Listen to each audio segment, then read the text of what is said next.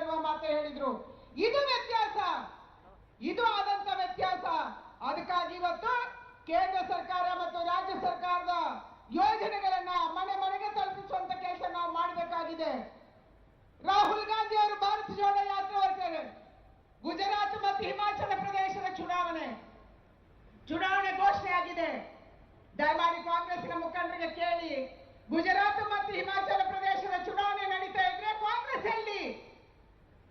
ಕಾಂಗ್ರೆಸ್ಸಿನ ನಾಯಕ ರಾಹುಲ್ ಗಾಂಧಿ ಮಹಾರಾಷ್ಟ್ರದಲ್ಲಿ ಭಾರತ್ ಜೋಡೋ ಯಾತ್ರೆ ಮಾಡ್ತಾ ಇದ್ದಾರೆ. ಮಲ್ಲಿಕಾರ್ಜುನ ಖರ್ಗೆ ಅವರು ಗುಲ್ಬರ್ಗ ಬೆಂಗಳೂರಲ್ಲಿ ಇದ್ದಾರೆ. ಸೋನಿಯಾ ಗಾಂಧಿ ಅವರು ಡೆಲ್ಲಿಯಲ್ಲಿ ಅವರ ಮನೆಯಲ್ಲಿದ್ದಾರೆ. ಅಂದ್ರೆ ದೇಶದ ಯಾವುದೇ ರಾಜ್ಯದಲ್ಲಿ ಇವತ್ತು ಕಾಂಗ್ರೆಸ್ಸಿನ ಅಸ್ತಿತ್ವ ಇಲ್ಲ. ಇಲ್ಲಿ ತಮಟೆ ಹೊಡಿತಾ ಇದ್ದಾರೆ. ಅವರು ಇಲ್ಲಿ ಬರ್ತಾರೆ, ಇಲ್ಲಿ ಭಾಷಣ ಮಾಡ್ತಾರೆ. ಆದ್ರೆ ಭಾರತ್ ಜೋಡೋ ಯಾಕೆ ಮಾಡ್ತಿದ್ದಾರೆ ರಾಹುಲ್ ಗಾಂಧಿ ಅವರು? ಕಾಂಗ್ರೆಸ್ ಅವರು ಯಾವತ್ತಾದ್ರೂ ಕೇಳಿದಾರ? ಧೈರ್ಯ ಇದೆ ಅವರಿಗೆ? ಭಾರತ್ ಜೋಡೋ ಆಗ್ಬೇಕಾಗಿದ್ದು ಕರ್ನಾಟಕದಲ್ಲಿ ಅಲ್ಲ, ಭಾರತ್ ಜೋಡೋ ಆಗ್ಬೇಕಾಗಿದ್ದು ಮಹಾರಾಷ್ಟ್ರದಲ್ಲಿ ಅಲ್ಲ, ಭಾರತ್ ಜೋಡೋ ಆಗ್ಬೇಕಾಗಿದ್ದು ಆಂಧ್ರ ಪ್ರದೇಶದಲ್ಲಿ ಅಲ್ಲ. ಭಾರತ್ ಜೋಡೋ ಆಗ್ಬೇಕಾಗಿರೋದು ಯಾವ ಭಾರತದ ಭೂಭಾಗವನ್ನ ನೀವು ಪಾಕಿಸ್ತಾನಕ್ಕೆ ಬಿಟ್ಕೊಟ್ರಿ, ಯಾವ ಭಾರತದ ಭೂಭಾಗವನ್ನ ಚೀನಾಕ್ಕೆ ಬಿಟ್ಕೊಟ್ರಿ, ಯಾವ ಭಾರತದ ಭೂಭಾಗವನ್ನ ಬಾಂಗ್ಲಾದೇಶಕ್ಕೆ ಬಿಟ್ಕೊಟ್ರಿ, ಸ್ವಾತಂತ್ರ್ಯ ಬಂದ ಮೇಲೆ ನೀವು ಬಿಟ್ಕೊಟ್ರಿ. ಆ ಜಾಗದಲ್ಲಿ ಪಾಕ್ ಆಕ್ಯುಪೈಡ್ ಕಾಶ್ಮೀರ, ಪಾಕ್ ಆಕ್ರಮಿತ ಕಾಶ್ಮೀರದಲ್ಲಿ ಭಾರತ್ ಜೋಡೋ ಆಗ್ಬೇಕು. ಅಕ್ಷಯ್ ಚೀನಾದಲ್ಲಿ ಭಾರತ್ ಜೋಡೋ ಆಗ್ಬೇಕು. ಬಾಂಗ್ಲಾದೇಶಕ್ಕೆ 99 ವರ್ಷಕ್ಕೆ ಗುತ್ತಿಗೆ ಕೊಟ್ಟಂತ ತೀಳ್ಬಿಗ ಪ್ರದೇಶದಲ್ಲಿ ಭಾರತ್ ಜೋಡೋ ಆಗ್ಬೇಕು. ಇದು ನಿಮ್ಮ ಕೊಡುಗೆ. ಇವತ್ತು ಭಾರತವನ್ನ ಸ್ವಾತಂತ್ರ್ಯ ಬಂದ ಮೇಲೆ ಕೂಡ ಬಿಟ್ಟು ಕೊಟ್ಟಿದ್ರೆ, ನಮ್ಮ ತಾಯಿ ನೆಲವನ್ನ ಬಿಟ್ಟು ಕೊಟ್ಟಿದ್ರೆ ಅದು ಕಾಂಗ್ರೆಸ್ನ ಕೊಡುಗೆ. 75 ವರ್ಷಗಳ ಆಡಳಿತದ ಅವಧಿಯಲ್ಲಿ 50 ವರ್ಷಗಳ ಕಾಲ ನೀವು ಆಡಳಿತ ಮಾಡಿದ್ರಿ.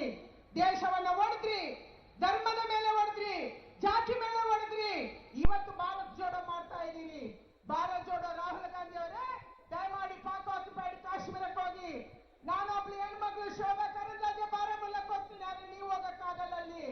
ಯಾಕಂದ್ರೆ ನಿಮ್ಗೆ ಹಿಡ್ಕೊಂಡು ಹೊಡಿತಾರೆ ಅಲ್ಲಿ. ಅಂತ ಅನ್ಯಾಯ ಜನಕ್ಕೆ ನೀವು ಮಾಡಿದಿರಿ. ಅದಕ್ಕಾಗಿ ಇವತ್ತು ಕಾಂಗ್ರೆಸ್ ಇಡೀ ದೇಶದಲ್ಲಿ ನಾಪತ್ತೆ ಆಗ್ತಾ ಇದೆ. ಕಾಂಗ್ರೆಸ್ಸಿನ ಅಸ್ತಿತ್ವ ಇಲ್ಲ ರಾಜ್ಯದಲ್ಲಿ. ಸಿದ್ದರಾಮಯ್ಯನವರು ಜಾತಿ ಹೊಡೆದ್ರು, ಇಲ್ಲಿ ಯಡಿಯೂರಪ್ಪನವರು ಕೂತಿದ್ದಾರೆ, ಬೊಮ್ಮಾಯಿ ಅವರು ಕೂತಿದ್ದಾರೆ. ಅವರ ಲಿಂಗಾಯತ ಧರ್ಮವನ್ನು ಒಡೆಯಕ್ಕೆ ನೋಡಿದ್ರು. ಶಾಲಾ ಮಕ್ಕಳಿಗೆ ಜಾತಿಯನ್ನು ತಂದಿಟ್ರು. ಪ್ರವಾಸ ಕೆಲಸಕ್ಕೆ ಬರೀ ಒಂದು ಜಾತಿಯವರು ಮಾತ್ರ ಹೋಗ್ಬೇಕಂದ್ರು. ಶಾದಿ ಬಗ್ಗೆ ಕೊಟ್ರು, ಒಂದು ಧರ್ಮದವರಿಗೆ ಕೊಟ್ರು. ಯಾವುದನ್ನು ಮಾಡಿಲ್ಲ. ಟಿಪ್ಪು ಜಯಂತಿಯನ್ನು ಮಾಡಿದ್ರಿ. ಗುಡ್ಡಪ್ಪನ ಸಾರಿಗೆ ಯಾರು ಹೊಣೆ? ಸಿದ್ದರಾಮಯ್ಯನವರೇ, ಯಾರು ಹೊಣೆ? ಇವತ್ತು ಮಡಿಕೇರಿಯಲ್ಲಿ ಗುಡ್ಡಪ್ಪ ಸತ್ತಿದ್ರೆ ಸಾವಿರಾರು ಜನ ಕೇಸು ಇವತ್ತಿಗೂ ಕೋರ್ಟ್ಗೆ ಅಳೆದಾಡ್ತಾ ಇದ್ರೆ ಅದು ನಿಮ್ಮ ಕೊಡುಗೆ. ಈ ರಾಜ್ಯವನ್ನು ಒಡೆಯುವಂತ ಷಡ್ಯಂತ್ರವನ್ನು ನೀವು ಮಾಡಿದ್ರಿ. ಇವತ್ತು ಅವರವರ ಕಿತ್ತಾಡ್ತಿದ್ದಾರೆ. ಡಿ.ಕೆ. ಶಿವಕುಮಾರ್ ಮುಖ್ಯಮಂತ್ರಿನೋ, ಸಿದ್ದರಾಮಯ್ಯನವರು ಮುಖ್ಯಮಂತ್ರಿನೋ, ಅದರ ಮಧ್ಯದಲ್ಲಿ ಮಲ್ಲಿಕಾರ್ಜುನ ಖರ್ಗೆ ರಾಷ್ಟ್ರೀಯ ಅಧ್ಯಕ್ಷ ಆಗಿ ಬಂದಿದ್ದಾರೆ. ಅದಕ್ಕಾಗಿ ಇವತ್ತು ಕಾಂಗ್ರೆಸ್ ಅವರು ನಿಮ್ಮ ಮನೆಯನ್ನು ನೀವು ಸರಿ ಮಾಡ್ಕೊಳ್ಳಿ. ದೇಶವನ್ನು ಸರಿ ಮಾಡಕ್ಕಾಗಿಲ್ಲ ನಿಮ್ಗೆ. ದೇಶ ಒಡೆಯುವ ಕೆಲಸ ಮಾಡಿದ್ರಿ. ದೇಶದ ಜನ ನಿಮ್ಮನ್ನು ನಂಬಲ್ಲ. ಸಿದ್ದರಾಮಯ್ಯನವರ 5 ವರ್ಷದ ಆಡಳಿತವನ್ನ ನೋಡಿದ ಮೇಲೆ ಸಿದ್ದರಾಮಯ್ಯನವರು ಕೂಡ ರಾಜ್ಯದ ಜನ ನಂಬಲ್ಲ. ನೀವು ಬಂದ್ರೆ ಹೇಗೆ ಹೇಳಿದ್ರಿ? ನಾನು ಬಂದ್ರೆ ಅಲ್ಪಸಂಖ್ಯಾತರಿಗೆ 10,000 ಕೋಟಿ ರೂಪಾಯಿನ ಈಗಿರುವ ಹಣಕ್ಕೆ ಹೆಚ್ಚುವರಿಯಾಗಿ ನಾನು ತೆಗೆದಿರ್ತೀನಿ. ಇದು ನಿಮ್ಮ ನೀತಿ. ಇದನ್ನು ನಮ್ಮ ರಾಜ್ಯದ ಜನ ಒಪ್ಪಲ್ಲ. ಅದಕ್ಕಾಗಿ ಇವತ್ತು ಭಾರತೀಯ ಜನತಾ ಪಾರ್ಟಿಯನ್ನ ಗಟ್ಟಿಯಾಗಿ ಕಟ್ಟುವಂತ ಕೆಲಸವನ್ನ ನಾವೆಲ್ಲರೂ ಸೇರಿ ಮಾಡಬೇಕಾಗಿದೆ. ಮೋದಿ ಅಂತ ನೇತೃತ್ವ ಇನ್ನೊಂದ್ಸರಿ ನಮ್ಗೆ ಸಿಗಕ್ಕೆ ಸಾಧ್ಯ ಇಲ್ಲ. ಅಂತ ದೇಶಭಕ್ತ ನಮ್ಗೆ ಇನ್ನೊಂದ್ಸರಿ ಸಿಗಕ್ಕೆ ಸಾಧ್ಯ ಇಲ್ಲ. ಅಂತವರ ಕೈಯನ್ನ ಬಲಪಡಿಸುವಂತ ಯಡಿಯೂರಪ್ಪನವರು ಕೊಟ್ಟಂತ ಒಂದೊಂದು ಯೋಜನೆ ಇವತ್ತು ಯಾವುದೇ ಹಳ್ಳಿಗೆ ಹೋಗಿ ನಿಮ್ಮೂರಲ್ಲಿ ಕೇಳಿ ನೀವು, 90% ಜನಕ್ಕೆ ಕೇಂದ್ರ ಸರ್ಕಾರ ರಾಜ್ಯ ಸರ್ಕಾರದ ಒಂದಲ್ಲ ಒಂದು ಯೋಜನೆ ಸಿಕ್ಕಿದೆ.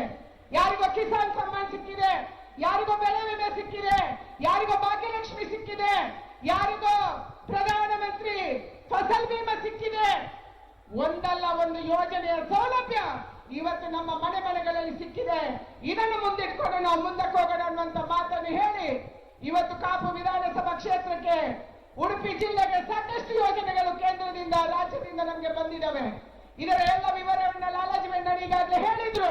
ನಾನು ಇದರ ವಿವರಕ್ಕೆ